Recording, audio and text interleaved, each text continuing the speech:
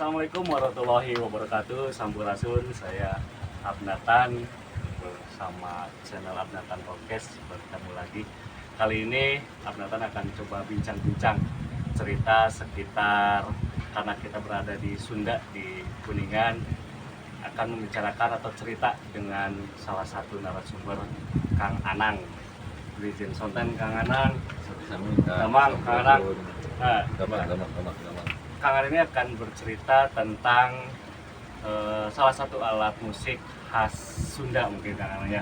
Nah, mohon maaf nih Kang Anang, kita bincang-bincang sebentar terkait alat musik khas Sunda. Itu kan banyak nih, banyak banget. Mungkin kita nggak bahas satu persatu nih, hanya cukup satu item yang Kang Anang sukai atau yang Kang Anang suka geluti lah mainkan. Itu apa Kang Anang?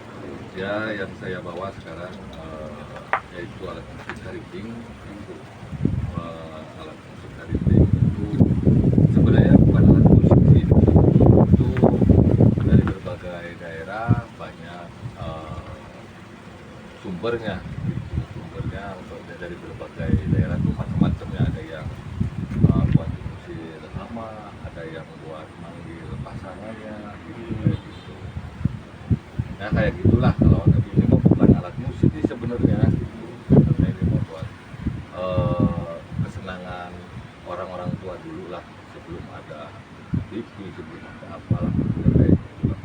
Bahannya dari apa itu Kang? Ini tuh dari bambu gitu. Bambunya apa? Bambu khusus bambu apa gitu Pak? Beda-beda? Beda-beda sih, beda-beda. Kalau ini masih kalau bambunya bambu bitung. Bambu betung Bambu ya. bitung. Iya, kalau ini mah gitu. Kalau lebih spesifikasinya sih nggak ada sih. Yang penting jangan bambu yang buat tali itu. Cuma nggak bisa, terus bambu hitam nggak bisa. Ada juga yang bukan dari bambu, dari pelepah kawung. Kan tahu pelepah Ya, kawung? Nah itu dua dari pelepah kawung sama bambu kayak gitu. Tadi kan disebutkan bukan berupa alat musik ya, Iya. tapi mengeluarkan suara-suara Kang Anang. Iya. Nah, tadi kan bilang bahwa ini asalnya sih untuk mengusir hama di sawah Iya. ya. Nah, supaya burung-burung atau hama itu rasa takut atau gimana ya Kang. Iya. Nah, kalau bukan berupa musik tapi ada nada Kang Anang. Pentatonis. Pentatonis. Iya, pentatonis. Contohnya kayak gimana nih Kang? Kalau dari karinding itu nadanya itu lebih ke alam. Biasanya itu nadanya penggereng gitu. Ada tutung bulan, terus ada lagi apa gitu. Dan saya tahu ya seperti itulah. Neng kayak gitulah. Ada lagi ya tutung bulan mah ya, tutung bulan itu kayak ini mah kentongan. Kalau zaman dulu mah itu kentongan dari ini gitu caranya.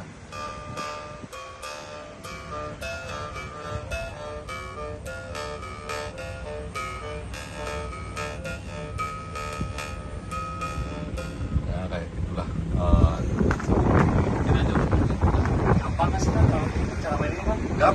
gampang. Ini tuh suara dari mulut, dari tenggorokan, terus dari perut. Kalau dari Ditiup mulut apa dulu Kang? enggak, dia resonansinya di ininya di mulut, kayak suara di mulut ini ya. Jadi si ini di apa, tenggorokan tuh dikatasin, berarti mulut kan.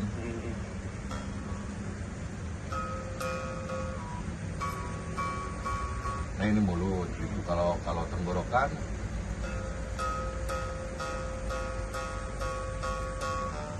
nah kalau perut,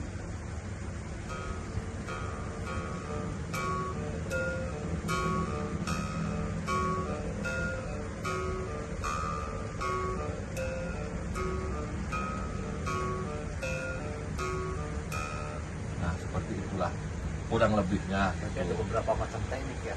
Ya, Susah nggak sih kan? Kalau enggak untuk- sih, Oh, enggak susah. susah. Berarti setiap orang bisa untuk belajar hal tersebut? Bisa. Mudah. Banget, itu mudah banget. Nah, tadi kan bicarakan di awal itu bahwa alat ini namanya apa? Karinding ini bukan suatu alat musik ya. Tapi saya pernah lihat Kang di suatu video itu ada komunitas ataupun yang lagi mainkan musik tapi alatnya sama seperti ini. Itu gimana? Bisa digabungkan juga? Bisa digabungkan. Kalau karinding bukan alat musik tapi pengiringnya itu ada celempung. Celempung itu kayak gimana? Celempung itu kita ya kebetulan kita nggak bawa gitu ya.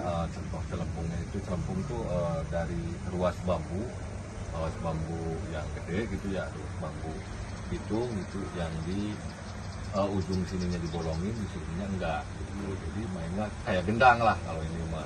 Terus itu juga ada celempung indung yang satu, ada celempung renteng yang banyak gitu, renteng gitu kayak gamelan gitu.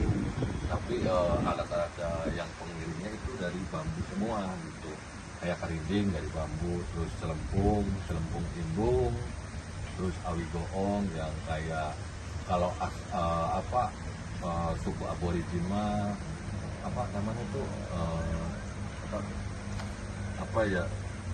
bukan dijari itu apa sih namanya itu ada gitu kayak gitu ya, unsurnya ke alam semua sih gitu.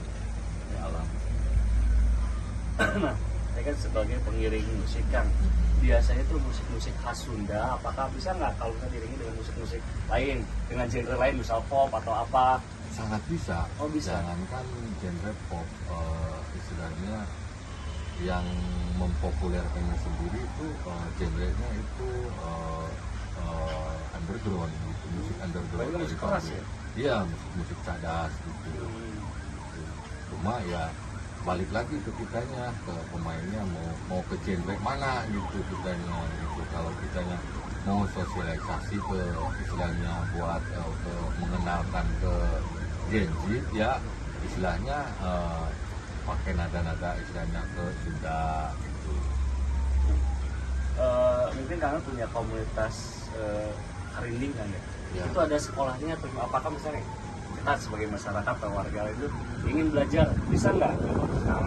Mangga bisa sangat bisa sekali. Ini juga dari sekolah, komunitas, ke warga itu sangat dari 2017-an lah gitu. 2017-an. Berarti terbuka untuk umum Kang? Terbuka untuk umum. Oke.